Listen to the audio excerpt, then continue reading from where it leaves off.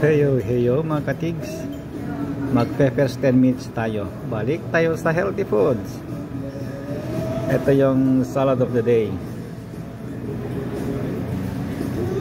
Yung itlog ko, andyan.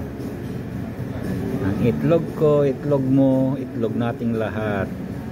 Naglagay din ako ng cucumber, palagi yan, healthy raw yan.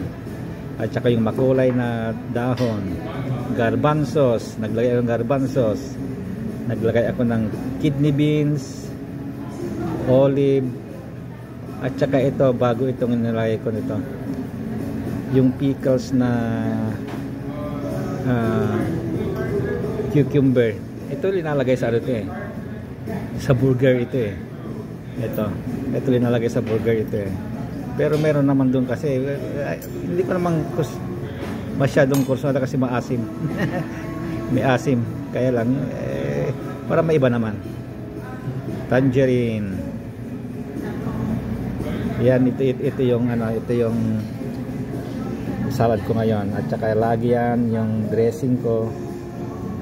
Hindi ako nagpapalit. Kung minsan nagpapalit ako, pero bumabalik pa rin ako niyan sa 100 Island. Kaya ito, ang panulak ko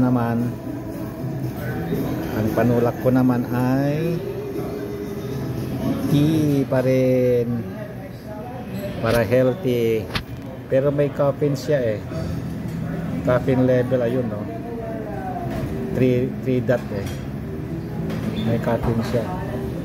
Yung iba wala, pero ayan na kuha ko, kaya yan na yung ano, titirahin natin.